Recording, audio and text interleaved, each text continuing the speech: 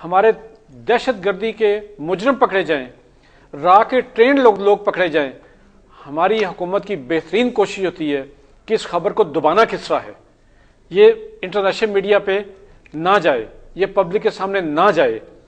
آپ مجھے یہ بتائیں کہ جب ہم خود ہی کوشش نہیں کرتے، جب ہم خود ہی اس بدبخت ہندو کے چہرے سے نقاب نہیں بٹالوی اتارتے۔ صاحب سوری فار انٹرپشن، لیکن اگر ہندو کی بجائے اگر ہم متعصب اور انتہا پسند لوگوں کے بارے میں لوگوں کی ٹرم یوز کریں تو وہ زیادہ بہتر نہیں ہوگا؟ بالکل آپ نے ٹھیک کہا، میں آپ کا شکر گزار ہوں کہ آپ کو، لیکن بدقسمتی یہ ہے کہ ان تمام ہندو قوم کو یہ متعصب لوگ کثرت میں آ کے انہیں ریپرزینٹ کر رہے ہیں۔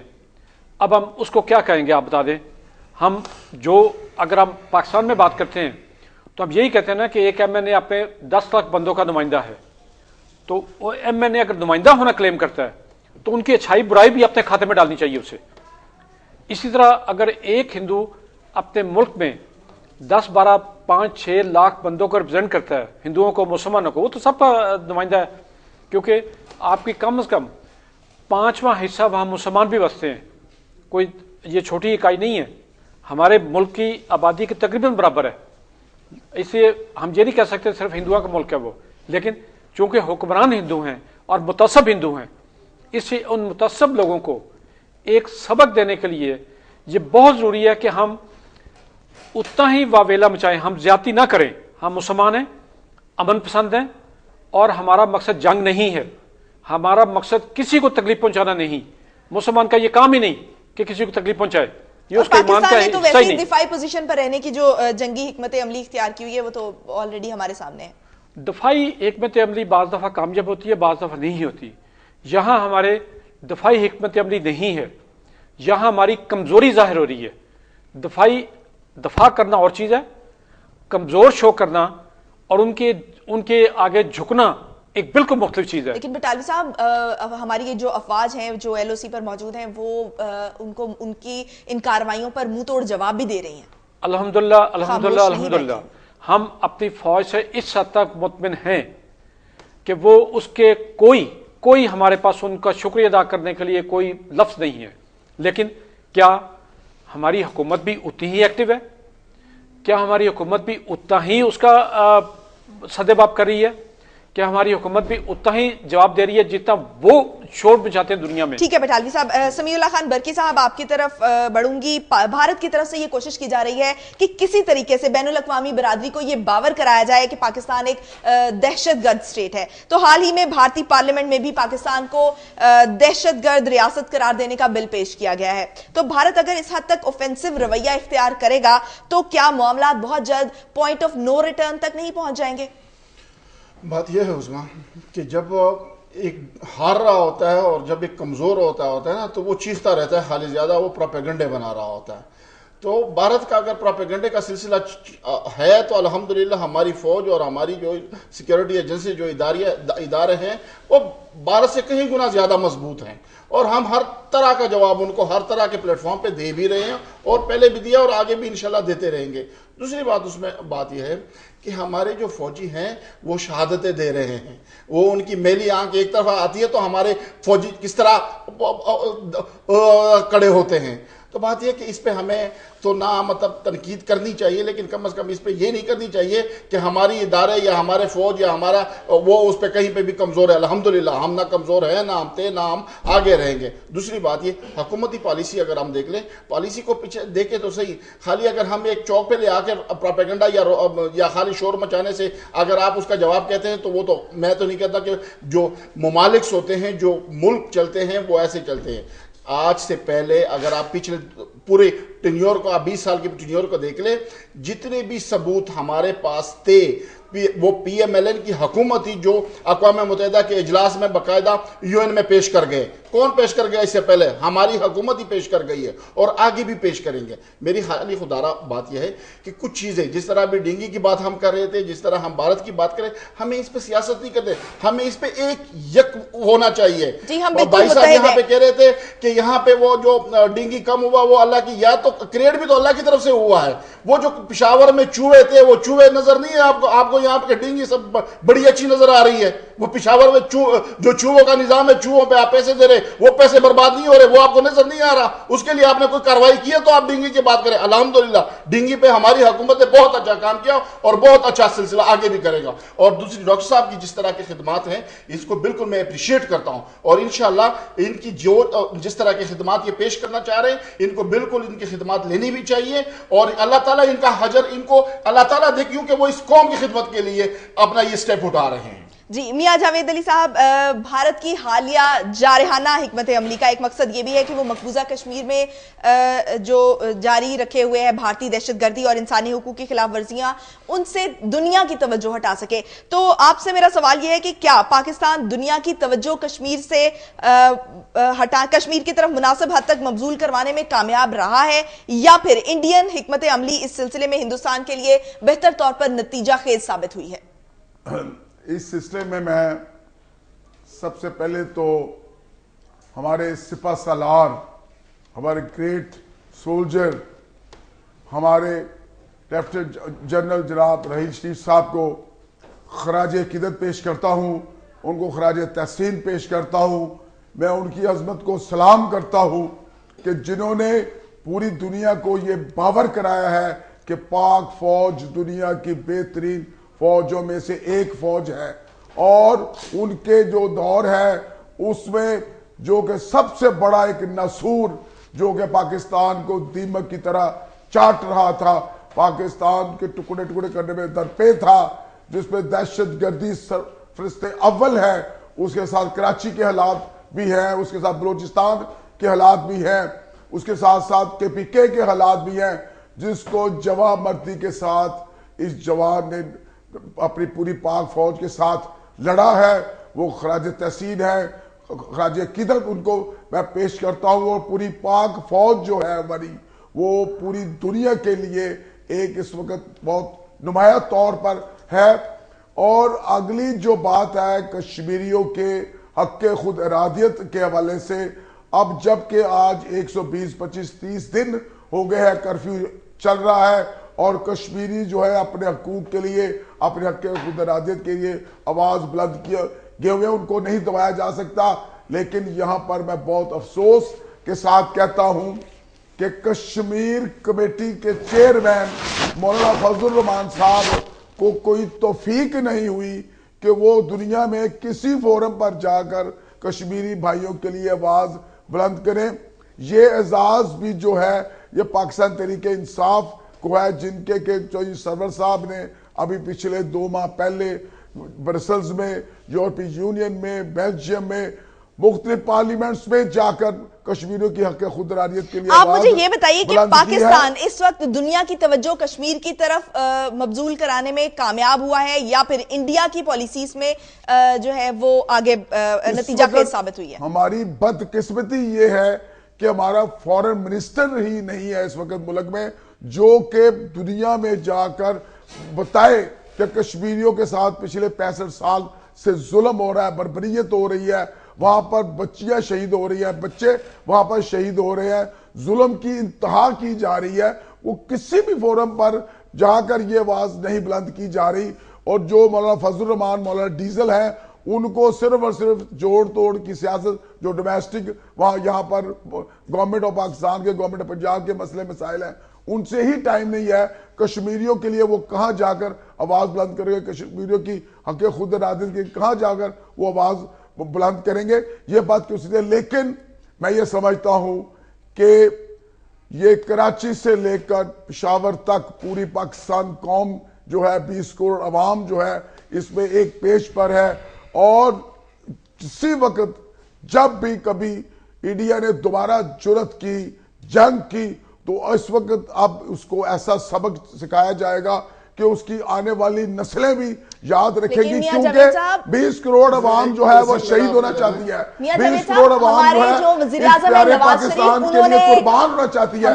یہ پاکستان ہمارے بزرگوں نے ہمارے ہزاروں لاکھوں قربانیاں دے کر حاصل کیا ہے جی. یا اس کے لیے اب ہر قسم کی قربانی دینے کی تیار ہے. جاوید صاحب میرا صرف یہ کہنا ہے کہ یو این کی جنرل اسمبلی میں ہمارے جو پرائم منسٹر ہیں نواز شریف, انہوں نے کشمیر کا معاملہ جو تھا وہ بہت اچھے طریقے سے اٹھایا تھا اور پوری دنیا کے سامنے اٹھایا تھا.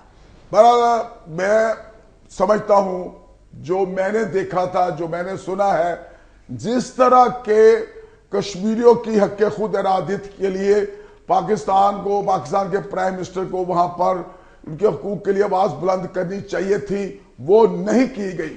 وہ اگر وہ کی گئی ہوتی تو آج یہاں آپ بتائیں نا کہ کس طرح کرنی چاہیے, 125 دن ہو گئے, کس طرح, کون سی حکمت عملی اختیار کرنی چاہیے جو ابھی تک نہیں اختیار کی گئی. وہاں پر پوری دنیا کے پرائم منسٹرز آئے ہوئے تھے, وہاں پر ان کو ہر ایک کے ساتھ یہ کشمیریوں کے خود ارادیت کے لیے آواز ان کو بلند کرنی چاہیے تھی, نہ کہ وہاں پر جنرل اسمبلی میں 10 منٹ 5 منٹ میں ایک روٹین میں جو ایک سپیچ ہوتی ہے وہ انہوں نے کی, اس کے بعد وہ بالکل خاموش ہو گئے. انہوں نے کشمیری, کیونکہ کچھ مراسم ایسے ہیں جن کی مجبوری ہے, یہاں کے اپنا مٹھائیاں بھی آئیں, یہاں آ کے یہاں پر مبارکبادیں بھی دی گئی ہیں, اس کا بھی رکھنا تھا.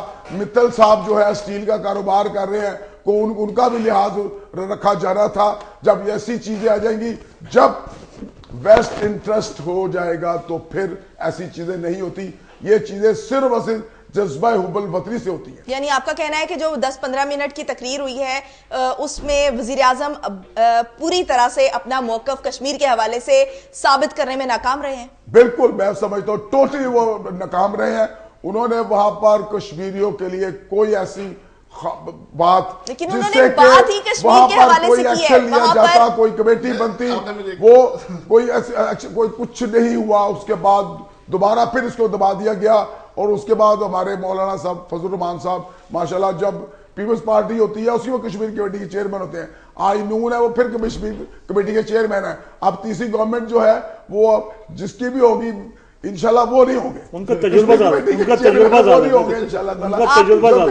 آپ یہ کہہ رہے ہیں کہ ابھی تک کچھ نہیں کیا گیا, لیکن کنٹرول لائن پر 4 بچوں کی شہادت کے بعد بھی جو ہے وہ پاکستان نے اقوام متحدہ سے تحقیقات کی درخواست بھی کی ہے, اور اس واقعے کے بعد, اس واقعے کے حوالے سے ڈوزیئر بھی اقوام متحدہ کے حوالے کیا ہے. یہ بھی تو حکومت نے کیا ہے. دیکھیں جی, یہاں پاکستان میں اتنا ٹیلنٹ ہے, پاکستان میں اس وقت اتنے انٹلیکچوئلز ہمارے پاس لوگ ہیں, پوری دنیا میں پاکستانی قوم جو ہے, پاکستانی جو ہے ٹاپ براس پر کام کر رہے ہیں, اور وہ چاہتے ہیں کہ پاکستان آ کر پاکستان کی خدمت کریں. تو یہاں پر ہمیں ایک فارن منسٹر ہی مہیا نہیں ہے, ہم ایک فارن منسٹر ہی نہیں لگا سکتے تاکہ جو بھرپور طور پر جو کہ ایک کشمیر پاکستان کی شاہ رگ ہے, اس کے لیے ہمیں ہر وہ اقدام جو ہے وہ کرنا چاہیے تاکہ ان کو ان کا حق ملے, وہ اپنے ذاتی ان کو ملے, جس کے لیے وہ پچھلے 65 سال سے جنگ کر رہے ہیں, لیکن ان کی آواز بلند کرنے کے لیے ہمارے پاس فارن منسٹر ہی نہیں ہے. ٹھیک ہے, آپ کا موقف ہم نے جان لیا. بٹالوی صاحب, بھارت کی اندرونی سیاست کو بھی کسی حد تک اس کشیدگی کا ذمہ دار قرار دیا جا رہا ہے. جیسے یہ جو بی جے پی اینٹی پاکستان نعروں پر ووٹ بھی حاصل کرتی آئی ہے, اور آگے چل کر بھی ابھی اتر پردیش کا الیکشن بھی سامنے اگست میں آنے والا ہے. تو پھر بھارتی حکومت اپنی معاشی ناکامیوں پر پردہ ڈالنے کے لیے بھی عوام کے اینٹی پاکستان سینٹیمنٹ سے بھی کھیل رہی ہے. تو مودی صاحب کی یہ پالیسیاں ان کی اپنی بی جے پی کی سیاست کے لیے کن نتائج کی حامل ہوں گی؟ میرا خیال ہے برکی صاحب بڑی دیر سے چاہ رہے تھے کہ میں ان کے سوالوں کا جواب دوں, تو بجائے اس بات کے کہ کوئی بات بھول جائیں, ہم بھی کچھ سیکھ لیں گے. تو میں برکی صاحب سے ریکویسٹ کرتا ہوں. جی برکی صاحب, بات یہ ہے کہ میں چند بڑی معذرت کے ساتھ, ایک تو بڑوں کو بھی چھوٹوں کو بھی اخلاقیات والی سیاست یہ نہ کبھی کریں گے نہ یہ کبھی کر سکیں گے. کسی کو اخلاق کے دائرے میں بلائے بغیر ان کے پاس اور سیاست ہی نہیں ہے. دوسری بات یہ ہے کہ جب جنرل اسمبلی کے لیے جا رہے تھے وزیر اعظم صاحب, تو یہاں پہ قومی اسمبلی کے تمام جماعتوں کا ایک اجلاس بلایا گیا تھا, تو وہاں سے تو آپ نے اس اجلاس میں شمولیت کیوں نہیں کی تھی؟ پی ٹی آئی اس اجلاس میں آپ کیوں نہیں بیٹھے تھے؟ اس اجلاس سے آپ نے بائیکاٹ کیا تھا, تو اس کا مطلب ہے کہ آپ سیریس نہیں تھے. بات خالی کہ آپ وہ کر رہے ہیں, آپ ساری باتیں وہ کر رہے ہیں جو تنقید کریں, برا اصلاح کریں. خدا رہا اس لوگ کو, اس ملک کو, اس دنیا کو گمراہ نہ کریں. اس ملک میں جو آج ابھی ترکی صدر آیا, اس ملک کی بقا کے لیے, اس ملک کی بہتری کے لیے آیا, اس میں آپ نے کیا کیا؟ کیا پیغام آپ نے دنیا کو دیا؟ آپ اس ملک کو دنیا میں کیا بتا رہے ہیں، کیا شو کر رہے ہیں کہ اس ملک میں کیا ہو رہا ہے؟ خدا را اس ملک کی بہتری کے لیے کام کرے، اس ملک کی ترقی کے لیے کام کرے، ان لوگوں کے لیے کام نہ کرے جو اس ملک کو اندھیروں کی طرف ڈھکیل رہے ہیں۔ جو مودی نے کہا تھا وہی سارے الفاظ آپ نے کیے جب انڈیا کے خلاف، بھارت کے خلاف۔ میاں جاوید صاحب، پی ٹی آئی ہمیشہ اجلاسوں سے بائیکاٹ کرتی آئی ہے۔ اس میں میں بالکل ان کی اصلاح کرنا چاہتا ہوں۔ آل پارٹیز کانفرنس ہوئی، اس میں تمام پارٹیز نے شرکت کی، بشمول پاکستان تحریک انصاف نے اس میں شرکت کی بھرپور طور پر، اور بھرپور طور پر کشمیریوں کے لیے وہاں پر اپنا موقع پیش کیا، بھرپور طور پر آواز وہاں بلند کی۔ اس کے بعد یہ جو گورنمنٹ ہے، یہ پینچروں سے بنی ہوئی جو گورنمنٹ ہے، جو دھاندلی کی پیداوار لیکن گورنمنٹ پنکچر کے الزامات آپ ہی ثابت نہیں کر پاتے۔ پنکچر کے الزامات آپ ہی ثابت نہیں کر پاتے۔ اور آپ نے اسمبلی میں، اس میں اس اسمبلی میں آپ بیٹھے۔ دیکھیں آپ بول رہے تھے تو میں سن رہا تھا، اور میں ابھی میاں جاوید صاحب معذرت کے ساتھ ابھی وقت کم ہے، میں بٹالوی صاحب سے ایک آخری سوال کرنا چاہوں گی کہ پاکستان کی جوابی حکمت عملی کو آپ کس نظر سے دیکھتے ہیں؟ پہلا سوال کا جواب دے دوں، جو انڈیا میں تحریکیں چل رہی ہیں، انڈیا میں 13 صوبے ایسے ہیں جس میں علیحدگی کی تحریکیں اس وقت بھی چل رہی ہیں، اور انڈین اپنے طور پہ جو پورا وہ متعصب ہندوؤں کے، چھوت چھات اور لوئر لیول کے جو ہندو ہیں ان کے بارے میں ان کے تعصب سے خود بھی تنگ آ بیٹھے ہیں، اور مودی کی پالیسی ساری کی ساری ایسی ہیں جو بالکل اس حد تک تعصب زدہ ہیں کہ اس سے کوئی بھی بیلنس ہندو اس سے کوئی اتفاق نہیں کر رہا۔ اور میں سمجھتا ہوں کہ اگلی حکومت اگر کوئی بنی تو وہ مودی جیسے وطن دشمن بندے کی نہیں بنے گی، میں اسے وطن دشمن ہی کہتا ہوں۔ ٹھیک ہے، سوری فار کہ میں آپ کی بات کاٹ رہی ہوں، لیکن وقت کم ہے۔ ناظرین، بھارت کنٹرول لائن اور ورکنگ باؤنڈری پر کشیدگی کی مسلسل اضافے کی پالیسی پر کاربند ہے، اور بھارت کے موجودہ عزائم کو دیکھتے ہوئے یہ اندازہ لگانا مشکل نہیں ہے کہ وہ ایل او سی پر سیز فائر کے معاہدے کی خلاف ورزیوں سے باز نہیں آئے گا۔ بھارت کے ان عزائم کے خلاف سب پاکستانی متحد ہیں، اور یقیناً بھارت کو منہ کی کھانا پڑے گی۔ پروگرام حقائق سے اپنی میزبان عظمیٰ خان رومی کو دیجیے اجازت۔ اللہ حافظ ناصر۔